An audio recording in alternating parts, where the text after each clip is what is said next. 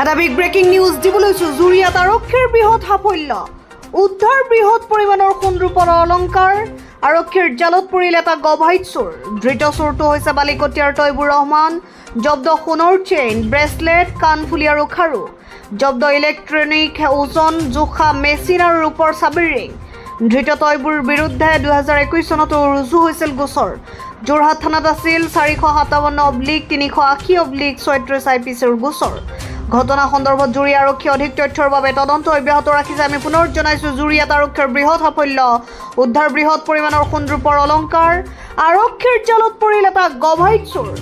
ধৃত চোৰটো হৈছে বালিকটীয়াৰ তৈবুৰ ৰহমান জব্দ সোণৰ চেইন ব্ৰেচলেট কাণফুলি আৰু খাৰু জব্দ ইলেক্ট্ৰনিক ওজন জোখা মেচিন আৰু ৰূপৰ চাবিৰ ৰিং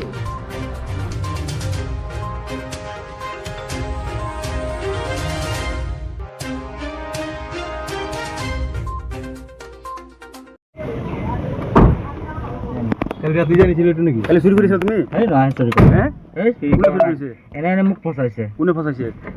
এই সোণাৰো এটা ফচাইছে